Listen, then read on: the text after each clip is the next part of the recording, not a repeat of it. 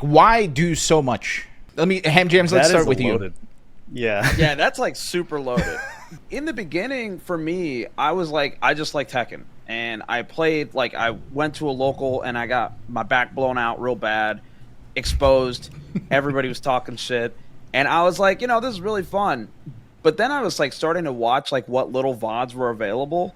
And I was like, this commentary is terrible. I asked Ryan, and Ryan was like, I don't know if you can commentate. So then he sent me over to Dan, or Maverick, and Maverick was like, yeah, I think you could do it. And then I did. And I was like, I like commentating fighting games. That's what I want to do. Hell yeah. But with time, the pipeline eventually leads from commentary to tournament organizer because they go, hey, could you do us a favor? Mm-hmm. And this community, to me personally, is everything.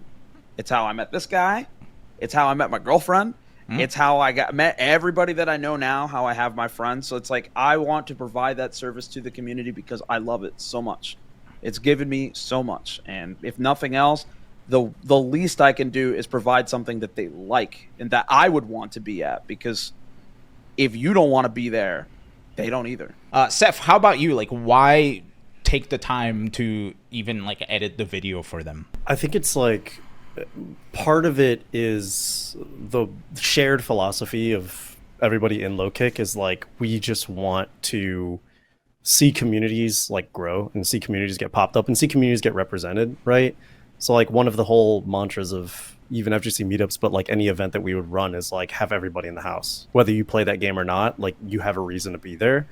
So I think that with me even deciding to get involved in the way that I did was just because like I want you guys to look better. I care about the way that you're represented. I care about the way that you present your content and like the way you present your event. And I think that I'll willing to do anything to push that. So whether it be just like an audio track over your silent stinger, whether it be a full graphic for or like new flyer or a trailer or anything like that, it's like I'm more than willing to help that just because, if it gets more eyes on it, if it gets more people in the house and it gets like those people to feel as though they can come to that event and belong and they like enjoy their time at a Low Kick esports. And who knows, like if they go to a Low Kick event and they meet their girlfriend, they meet their best friends, like it's that sense of community and, wanting to build upon that is why I'm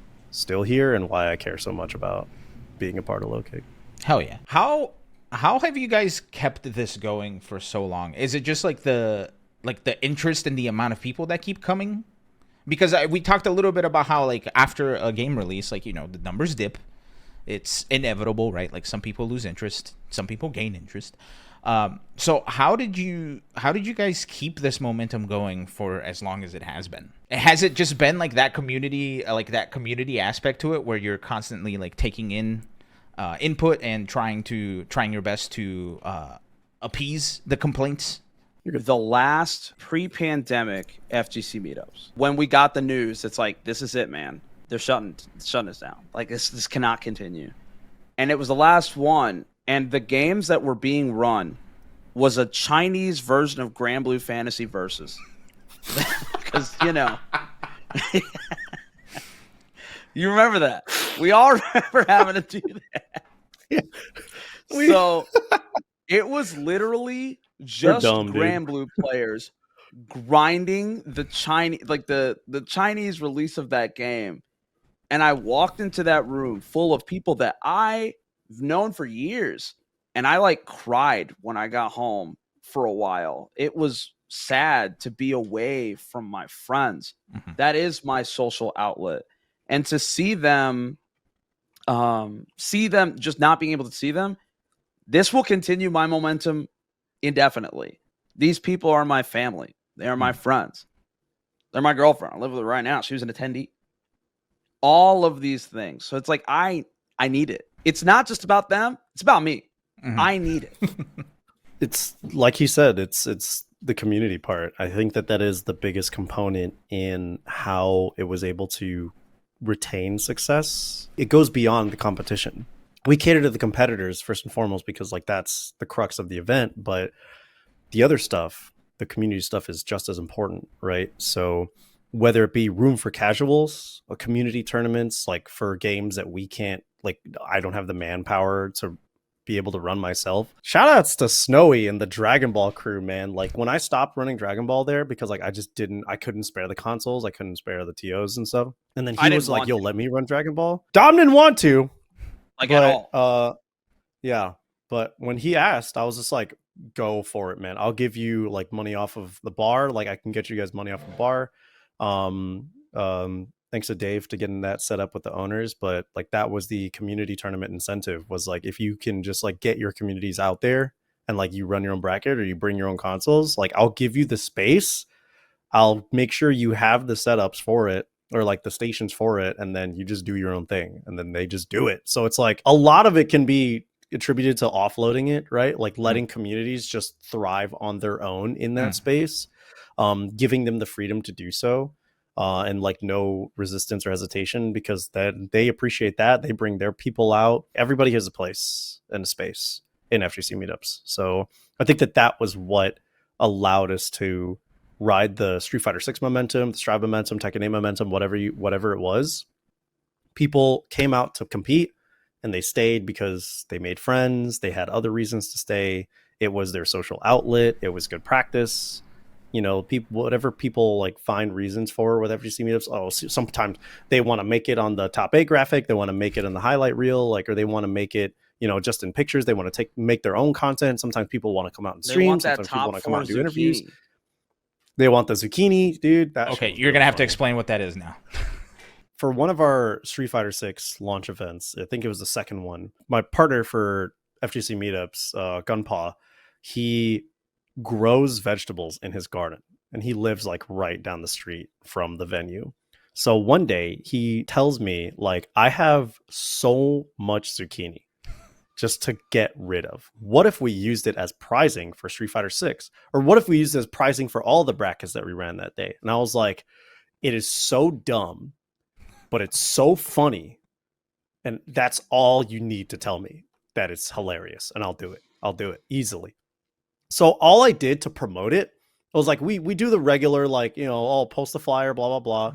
And then all I do is a blank tweet from Low Kick Esports. And it's just all of the zucchini just lined up, a table full of them. And everyone's like, what the hell is this?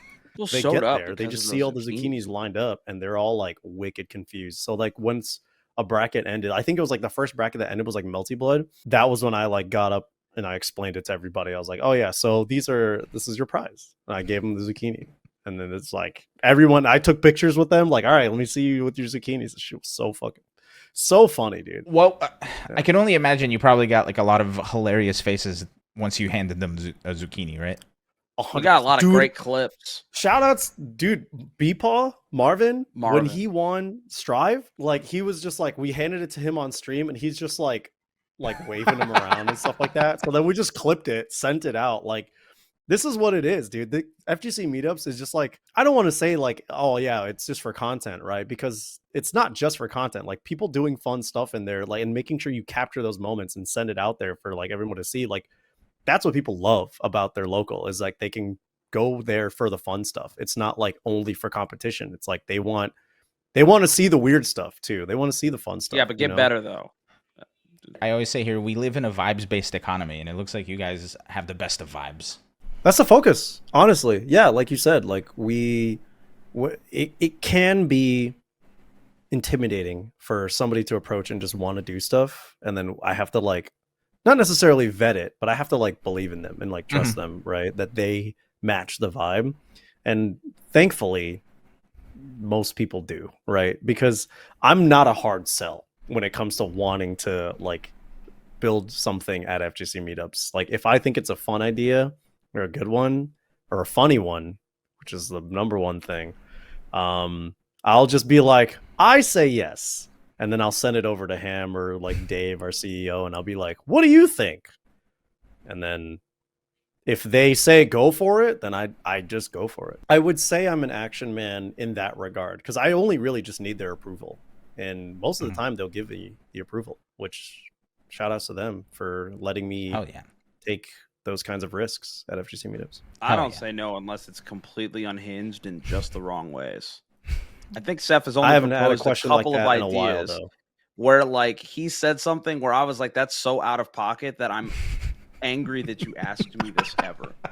It's But been a long it's time. been a few since I've- years since then. Been years. It's been So- pre-COVID since I've asked that. So Wow, that's awesome.